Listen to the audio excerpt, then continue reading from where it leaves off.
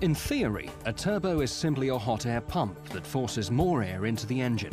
With more air, the engine can generate power more efficiently, improving performance, reducing fuel consumption, and cutting emissions.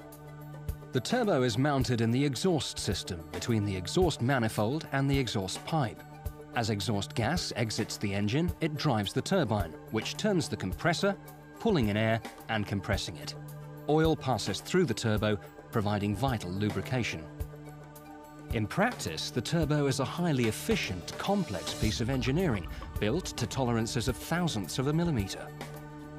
It comprises a turbine and compressor connected by a shaft supported on a bearing system.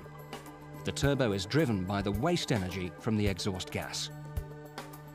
The exhaust gas enters via the turbine housing, turns the turbine, and leaves through the exhaust outlet.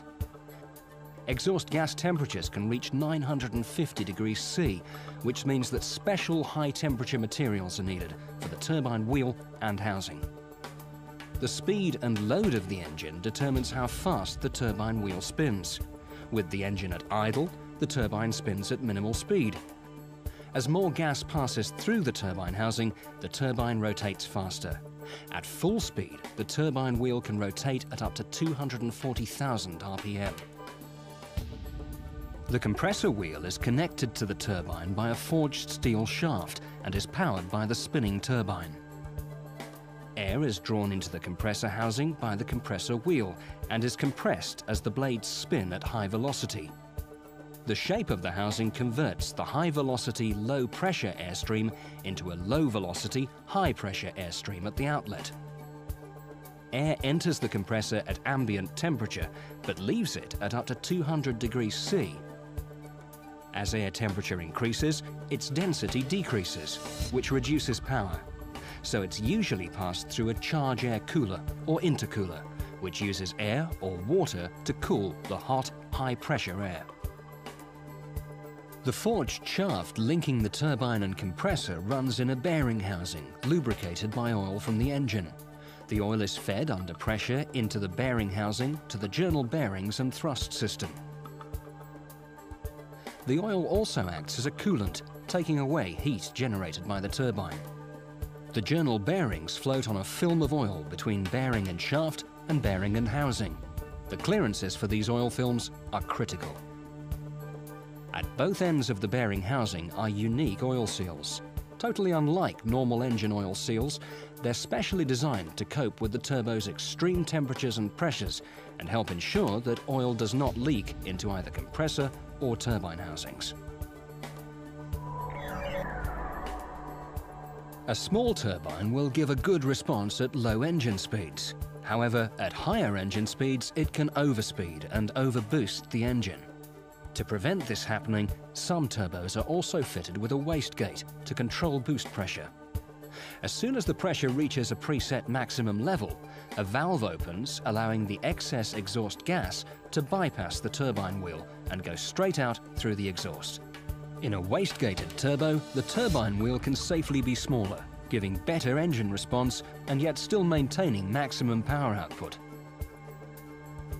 Turbos with or without a wastegate can be successfully stripped and remanufactured, as long as the manufacturer's exacting specifications are followed and genuine new replacement parts are used.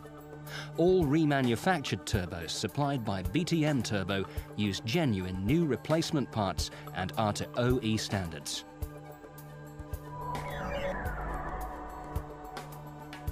In conventional turbos, the amount of airflow into the engine is determined by the design of the turbine and compressor wheels and their housings. This design is inevitably a compromise between its performance at low and high engine speeds.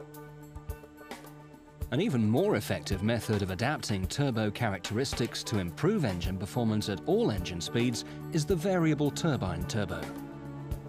Depending on the manufacturer, variable turbine turbos use moving vanes or a moving nozzle to alter the turbine stage while the engine is running.